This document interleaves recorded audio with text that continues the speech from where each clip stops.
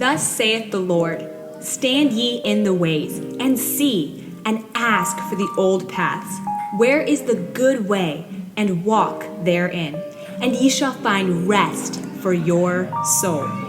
You are now listening to the Old Paths Podcast, hosted by Brother Reggie Paige. Peace and blessings, everybody, and welcome back to another episode of the OP Podcast. For one, I hope you did enjoy the George Moses Horton episodes. And also, we are going to go back to the character building book of Booker T. Washington. But before I even go any further, I hope you like, subscribe, and comment. And if you have enjoyed my channel so far, please, share the knowledge with your folks and the kinfolks, all right? So, many people are so stubborn and think they know everything and no longer need to learn and grow. Those type of people stunt themselves and keep that potential that they have untapped and or biblically buried in the sand. It's sad when I meet fellow believers of the Bible not wanting to grow more in the faith and learn more about scriptures. It makes me sad when I meet people who own homes or they are in charge of taking care of a house and they never want to grow and make it better. It makes me sad when I meet people who are talented in a certain field and they never try to improve on themselves and be more than just good, but actually great. One thing I love telling my loved ones is that God has given you a gift. And when God has revealed that gift to you, why not exercise that gift to be one of the best at that God-given gift? But it is pride that causes us to be stubborn and think we know everything. It's funny, when I was in college, I could not wait to go to a HBCU because I wanted to be around educated black folks and mature people. But come to find out, when you go to any college, because I heard this account many times, not just my own, but you go to college, you realize everybody's still immature. But the worst part is that everybody becomes more stubborn the older they get, because everybody thinks because they're in college or get a college degree or they're an adult, their learning stops. And usually some hard times really has to come upon them until they actually have to acknowledge, I got more to learn than I thought. Recently, I had a filmmaker homeboy who I was editing for. I always edit most of his projects and work side by side with him a lot in the film industry. My boy, he's a very talented filmmaker. He's been filmmaking longer than me. However, my boy, from my observation, he's in this stunted stage in his filmmaking career. The reason why is because though the flaws that he has, that I even told him about, he never wanted to fix. And now those flaws that he never fixed, that's important for him to grow, it now keeps reoccurring and it's really hindering his growth. Because my boy is a loved one, I told him that, hey, bro, you need to get it together. And, of course, when you have a homeboy that keeps making that same mistakes but never want to change, what is it? Pride. He made excuses. With pride comes great excuses, right? And I replied that, he was making excuses. And, the excuse that he made was, hey, man, bro, I really lack patience. Every time things, I wish I had time for things. And, I kind of kept, pointing, blowing the hole in all his plots that he was trying to make, every excuse that he was trying to make, I said, no, you have time. You just don't want to make the time. And he talks about, how frustrated he is when he gets, when things, the topic of patience has to come into play, And again, I simply replied that he was making excuses. And is also disgracing himself to being the best person he could and should be, as well as being the best filmmaker he should and could be. And again, I go on giving him a metaphor about this gift of filmmaking being like a woman that he's in a relationship with.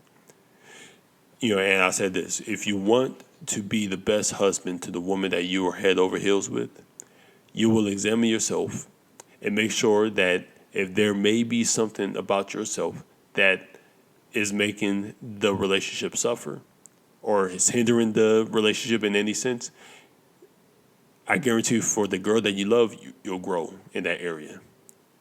But usually your pride, your stubbornness causes you to, destroy that relationship.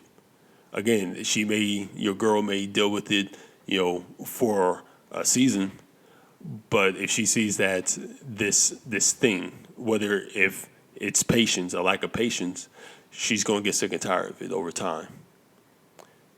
So if you like patience, learn to grow in patience. Do right by her. But also, you doing that is helping you out personally. Again, I still find it sad that many of us think we're too pretty to grow in certain areas in life, whether it be your job or relationships or personality. Because the truth is, we don't know everything, and it is impossible to know everything. And though this world may be small, there is soon so much to learn while on this earth. Those who choose not to daily self-examine themselves will eventually disgrace themselves and those around them who are watching. I want to read a speech by Booker T. Washington from the Character Building book. In this speech, he talks about the importance of continued growth. Now, remember, since it's been a while since I read from this book, remember that he is talking to the students at Tuskegee. And don't be afraid to insert you and your present situation as we hear the words of Booker T. Washington. So I'll stop talking about, myself or whatever for now and open up a speech by Booker T. Washington called Growth. And let's hear the words of a great man that we should all learn about. I want to impress upon you this evening the importance of continued growth. I very much wish that each one of you might imagine this evening your father and your mother to be looking at you and examining into every act of your life while here. I wish that you might feel, as it were, their very hearts throb. I wish that you might realize, perhaps as you have never realized before, how anxious they are that you should succeed here. I wish that you could know how many prayers they send up day after day that your school life may be more and more successful as one day succeeds another, that you may grow to be successful, studious, strong men and women who will reflect credit upon yourselves and honor upon your families. Each one of you must have had some thoughts about those who are anxious about you, some thought for those persons whose hearts are often very bowed down in anxiety because they fear for your school life here will not be successful. Not only for your own sakes, but for the sakes of those who are near and dear to you, those who have done more for you than anybody else. I want you to make up in your minds that this year is going to be the best one of your lives. I want you to resolve that you are going to put into this year the hardest and the most earnest work that you have ever done in your life. To resolve that this is going to be the greatest, the most courageous, and the most sinless year of your life that you have ever lived. I want you to make up in your minds to do this, to decide that you are going to continually grow and grow more tomorrow than today. There are but two directions in this life in which you can grow, backward or forward. You can grow stronger or you can grow weaker. You can grow greater or smaller, but it will be impossible for you to stand still. Now, in regard to your studies, your lessons, I want you to make up in your minds that you are going to be more and more thorough in your lessons each day you remain here, that you are going to discipline yourselves, that each morning will find you in the recitation rooms with your lessons more thoroughly and more conscientiously prepared for the day's work than they were for the work of the day before.